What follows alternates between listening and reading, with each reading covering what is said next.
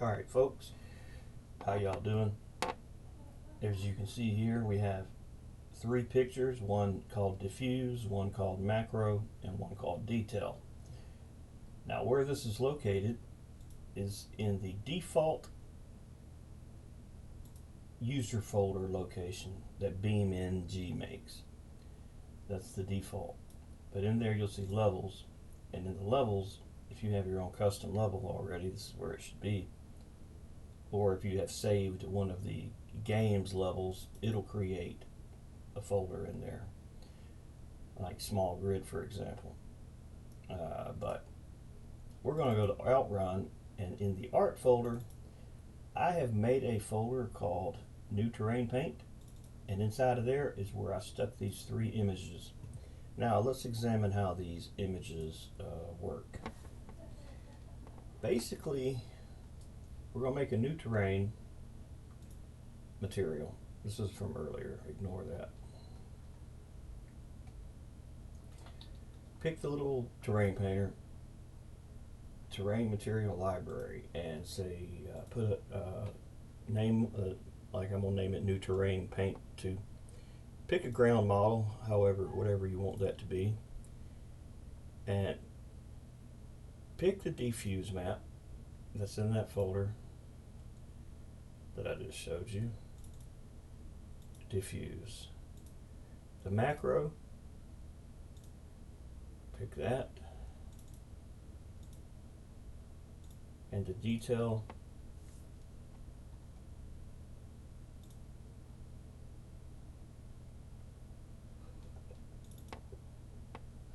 pick that. Alright, save changes to file. Now go back over here to Terrain Painter, and it's actually in there, but normally you have to go to the bottom here and say add new terrain material and scroll down till you see it, but it's already in here. So we'll pick this and we'll paint. Now what do you see when I paint this? You see the diffuse layer. Think of the diffuse layer like this. Think of it like clouds going across the sky and their shadows being cast onto the ground.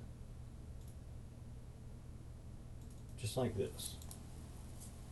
See how the shadows are from the clouds, but you see how it's affecting the grass itself by making it darker in areas and whatnot. Well, that is why I made the diffuse map, just the word diffuse, so you could see that in here when you pick a diffuse map, that is what it does. Except instead of the word diffuse, it would be mixing whatever onto the macro level. Now look at this size here. I'm going to change this to 200, and you can see how that affects the diffuse map. Change it to 50 and how it affects it, right? Now the next one, the macro map. You don't see it, do you? That's because it's set to only 10 distance away. Wherever you're at, if you're not exactly, if you're not within that number, you're not going to see it. If we get closer, we'll see it. Macro, see? I increase it to 500. We can get out even farther. No, save changes to file. We'll see it even farther. Now, this also has a size that you can adjust. Let's say 50.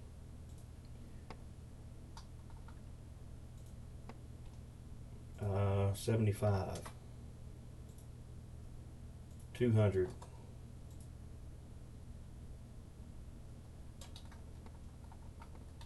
So you just see part of it.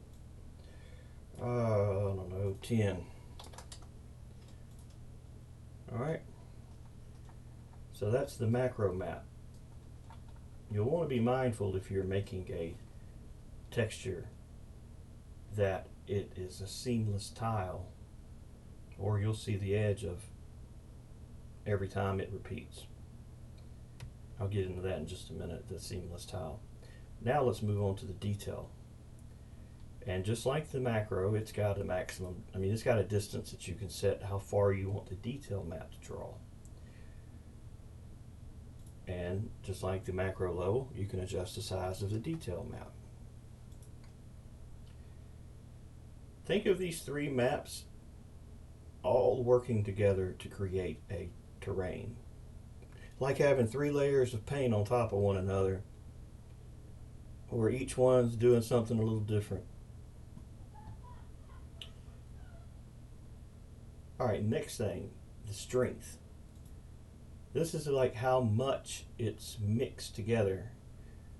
If I was to say 0.1 for the macro, you see it makes it very light. If I say 0.01, you can barely see it. If I say 1, then that's 100% opacity. Same thing with detail. If you say 1, it'll bring it up to 100% opacity. Or if you say 0.1, it'll make it very, very faint. Now normally, you don't have text as a texture map for your terrain, but this shows a great example of how these all work together. The strength of them mixing, that really matters when you're trying to make something like grass. Since they're overlaying over one another, one color can really multiply the other image and make it look terrible. So that's why these get adjusted to get the right balance. Now, I did not go over normal maps. I'm not going to get into that one yet. Let's now go to an image that was made as a terrain paint for purposes of terrain paint, this bark here. Now, I did not seamless tile this, so let me show you how you can do that easily. Inside of our paint program, we will load that image in here.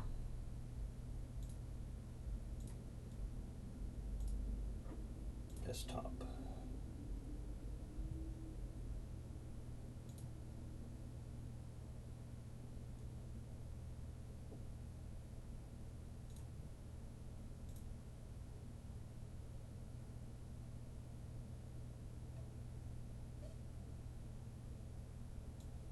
Alright, now I don't know where it's at in Photoshop.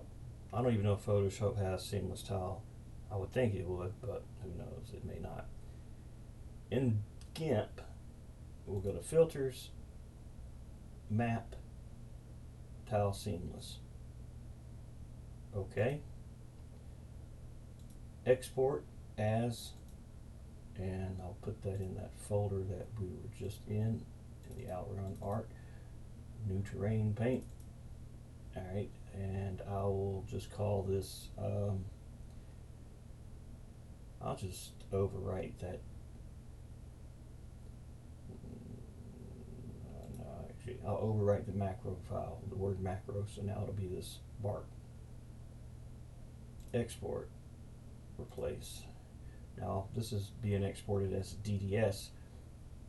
If you're exporting DDS and you have to pick compression 1, BC1, if it is not transparent. Generate bitmaps, export. Now that should, in the game, update. See, there is our new bark, wood chips, whatever you want to call it. And like I said a minute ago, you can now see how the detail affects the texture for the bark. Which we will lower that to 0.1, and you can see how it affects it like this. 0.5, 1, and alternatively, you could do less of the macro. Sometimes it's necessary to do a blend of various ones to get just the right recipe you want for the right look. It's unlikely you'll ever get it perfect the first time you make it. Alright, so let's move on now to the detail map. I'm going to make the macro map a detail map by going in our photo editor. The macro map, I'm going to go to Filters, Enhance, High Pass, and that will put a high pass filter. I usually make the standard division 2.0. Hit OK. Now I'm going to export this as, I'm going to overwrite the detail map, the one that says detail, and you'll see it, how it affects the map. I'll try to. Alright, I just flipped over and I don't really see much difference. Let's do 0.5 on the macro. Okay, that's the detail. 0.5, 0.6, 1, 2. Alright, there we go. 4, 5. Alright, now you can see it a lot better. If I take off the macro level, you just see the detail level. Let me see, let's try 1. That's good. Now let's try macro 0.5. Alright, let's try 5 here again. Too much. 2. Okay. This doesn't really, it's not a great example of how this works, but that's that. That's how all this stuff works together. Now the diffuse map, the one that I said is like the shadow going over it. Now, say a proper diffuse map for this.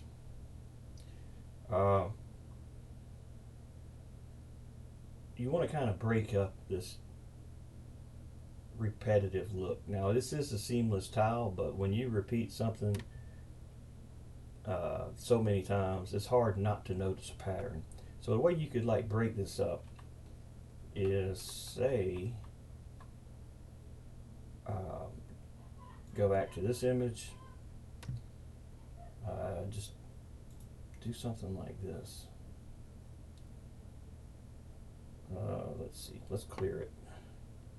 Let's just delete it. Let's randomly, let's see, smoke. It's hard to see that, but that's like a smoke texture, I think.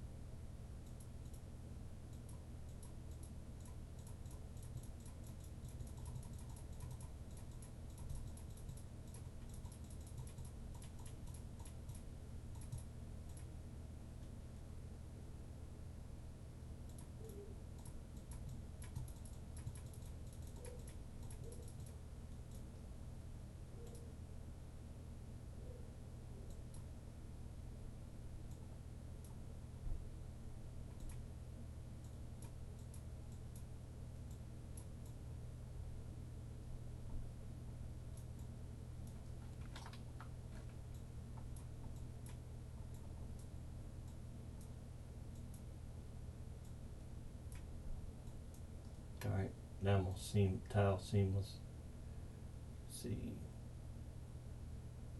Map. Tile seamless. Alright. Let's blur the crap out of it.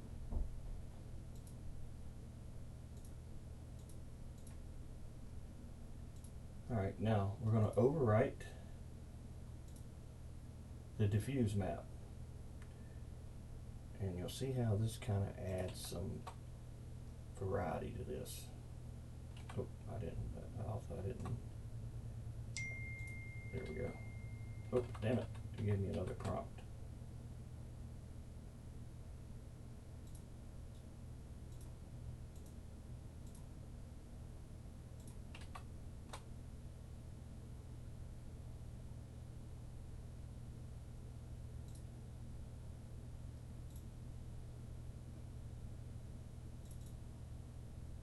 Alright, now here's the thing.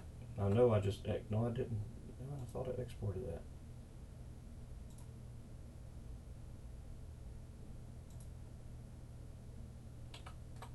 There we go. Alright, so now this is a diffuse now. Now you see that's overpowering that bark a lot. And that's what I said it does. A diffuse is like a shadow. So if you got very dark diffuse, it's going to make it very dark on your terrain. And you can make this a lot different sizes to better suit your whatever it is that you're trying to make, how you want it to look. This ain't updating. This is probably one of them times where a good old-fashioned reset is needed.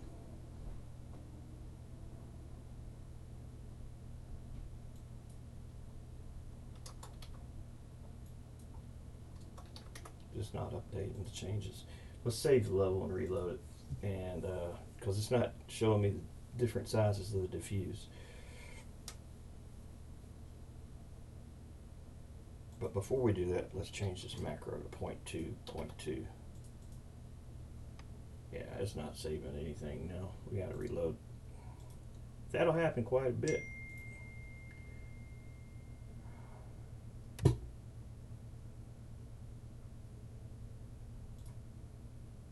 Damn it.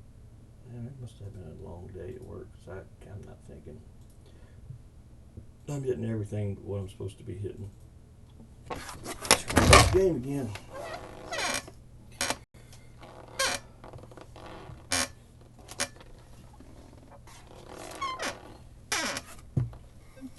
Sometimes the editor will stop updating and you just have to reload it.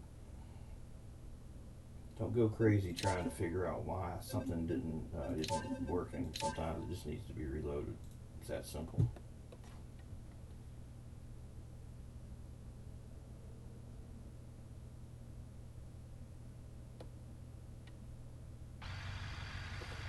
Fly back over here. All right. So you can see how the overlay affects the material.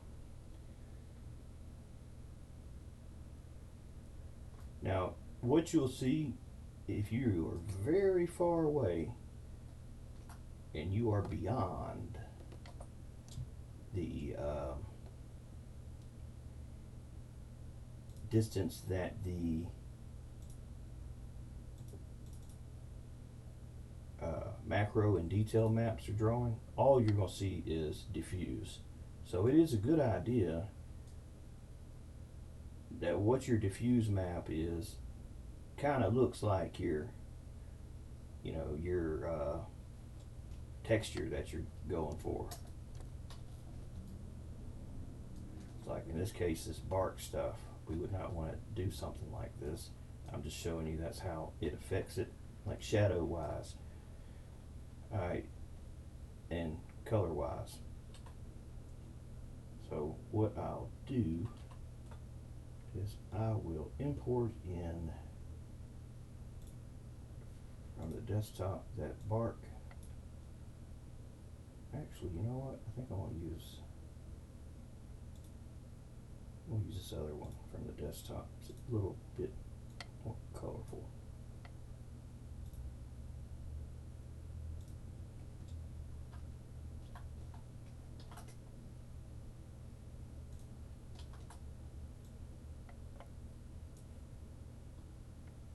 Flatten image. Do that again.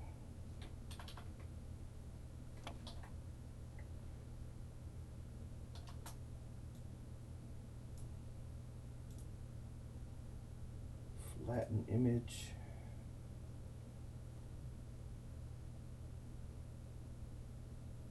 seamless tile, matte seamless tile, and I will just overwrite the other diffuse map.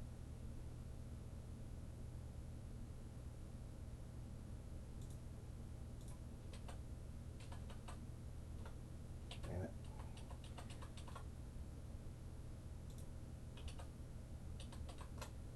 Okay, now you can see the new diffuse here is loaded. Now you can see how the new diffuse map affects the other map. Now, if you're very far away, like I said, all you're going to see is the image that you put here. And this is the scale that the image is, as I said earlier. See, now you can see that bark really well now. But see, that's what I was saying. When you get far enough away from something, that's all you're going to see. So you may want to make your object kind of look like that object when it's far away too. But you can see it also can look tiled if you get very far away. But who the hell is going to be that far from their map? I mean, you know what I mean? You really wouldn't. So, but who knows? So you can see how this all comes together. So you got your overlay map. You get a little closer. Then you see your macro map, and then you got your detail map. And the only thing missing is a normal map. Which, if you want to make a normal map, I'd suggest you use the macro map that you use for your macro. And let me import that in so I know 100% that is what we are looking at, the macro map. Okay, now we'll show you how to make this a normal map, the way the developers do their normal maps for certain things. Make 2 copies of the background like this. Duplicate layer. Duplicate layer. Say Shift S and scale it like 4 pixels larger. And then the one on the bottom, hit Shift S and scale it like 4 pixels smaller. Alright, now up here, pick overlay. And the next one, pick overlay. And I think the last one needs to also be overlay. But now go to the first one, go to filters, generic normal map. Hit OK. Now you can hit Control F to duplicate that on the other 3 maps. And what that'll do is offset all 3 layers so that it is kind of not exactly lined up, but skewed just a little. Just enough to mess with your eyes, to kind of look like something going on, kind of 3D-ish. Alright, now we're going to flatten the image. Now we're going to export it. Now I'm going to export it as a DDS file, but you can export it as a JPEG or PNG. Now this is the one I'm going to call normals.dds. And if you do DDS, you got to pick compression type BC5 for normal maps. Generate maps, export. Now let's pick our normal map. Terrains, way back up. Outrun art, new terrain paint, normals.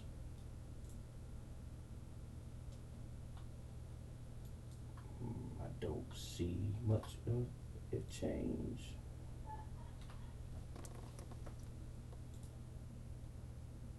Alright, so this is isn't really making much. I don't really see where it made any normal map, honestly.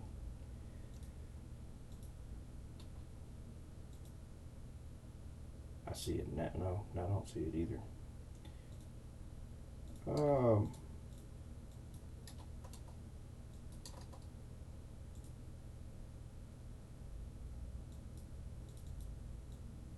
Parallax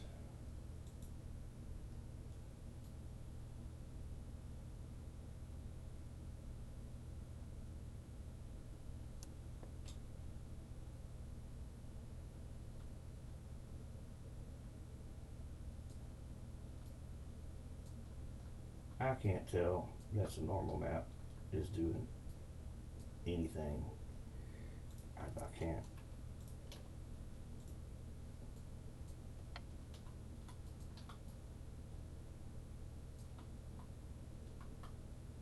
Let's do this. Let's just pick a normal map from this wood here.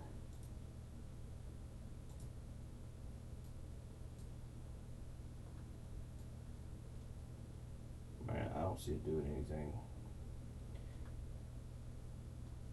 And this could be another instance where I gotta save the damn level and reload it. It's the only thing I can figure, because I don't know why that didn't show up. Well, let's reload it.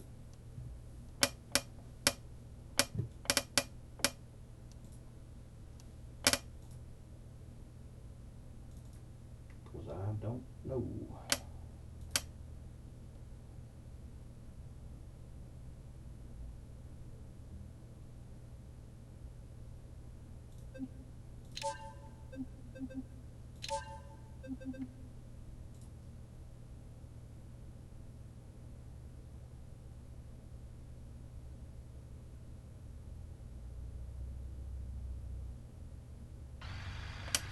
Alright, let's slide over there.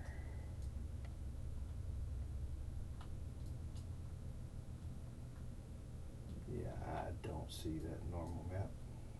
I don't see where it's making any. Let me turn off the parallax.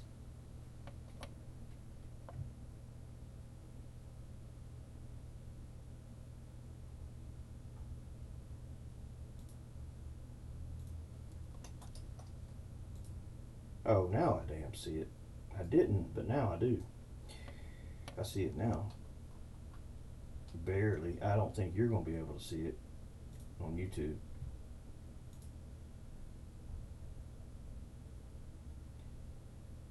Let me pick the one that I said I couldn't tell earlier.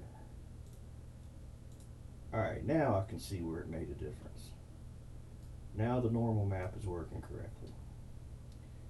You may not be able to notice the difference it makes on YouTube.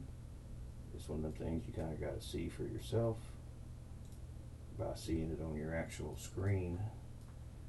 But it does make this look like it's got some 3D depth to it now. I'm going to increase this diffuse up to about 200. Actually, let me try 1024.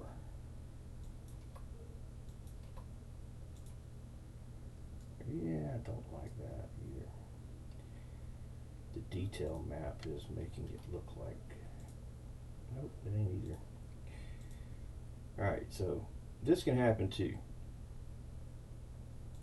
where it just looks too damn dark for whatever reason. It's very dark. The diffuse is very dark. So what you'd have to do to fix that is load the diffuse back in the editor and adjust the contrast, colors, contrast, and you're going to make it very low. I guess that'd be very low contrast, because we're just making it basically to be a hint of something.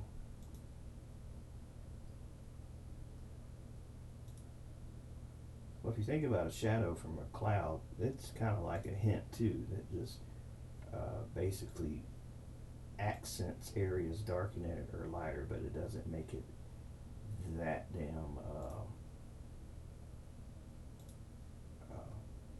pronounced.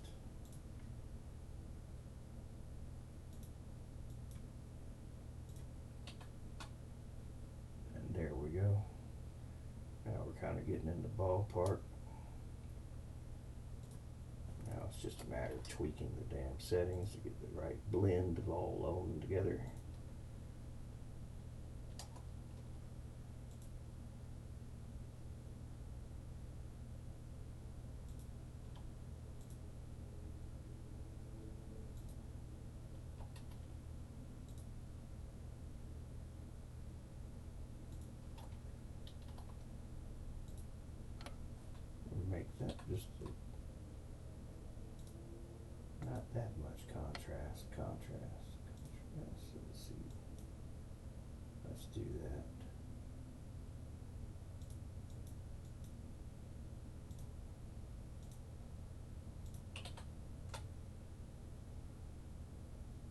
That's, oh shit, that's too much.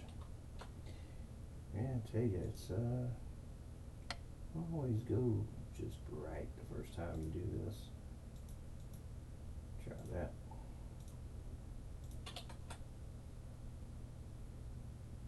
Alright, that might work. So we get far away, and that don't look good far away though. Let's just change this to 256. I don't know, 128.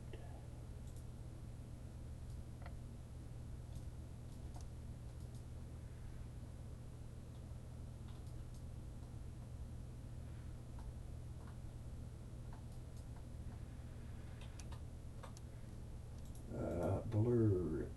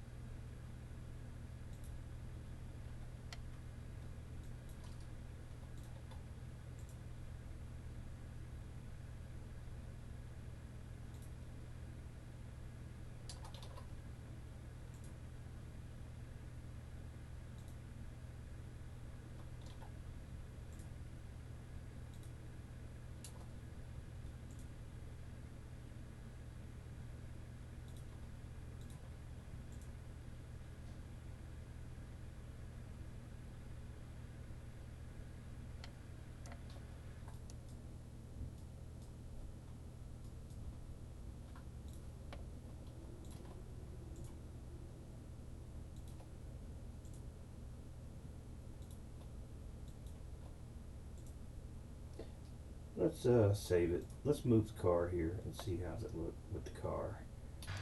Sometimes you gotta kind of get on something to really get an idea how it looks. That's some big ass pieces of wood there. See, that's why you gotta check things.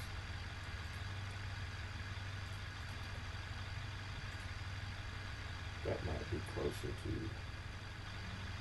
what you're trying to get there. And it's just a balancing act, getting the right amount of detail. You may not want the detail to draw 500 away. You have it fade out a little sooner than that.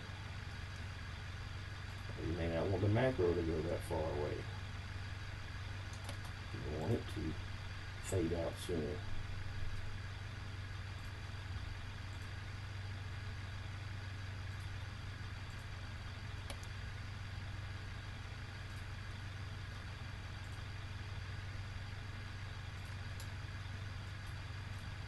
I'm just doing different settings to try to get just the right balance. And I think I'm going to stop it here.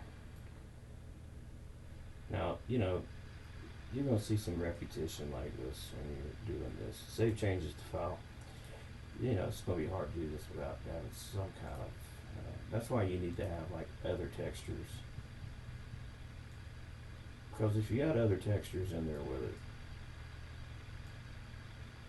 whatever the hell it is, whether it be like little gravel rocks or whatever, just as long as you got other things in there, it kind of breaks up some of that repetitiveness from the where it kind of looks tiled.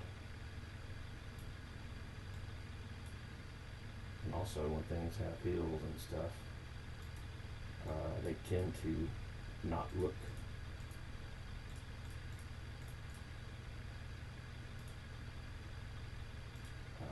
so kind of breaks it up a little, you know what I mean, giving it some variety. But I think that's it. I think I have rambled on long enough and made this extremely long video a lot longer than what it needed to be. And that bark is still probably scaled to the wrong size, but you should know how to fix it now, how to do it, or maybe that's good for you. Like I said, I made this video a lot longer than what it needed to be, but I'm tired. After working a day, patience to go through and edit one of these videos and fix all the mistakes. So maybe it's good you see the mistakes because they happen to everybody.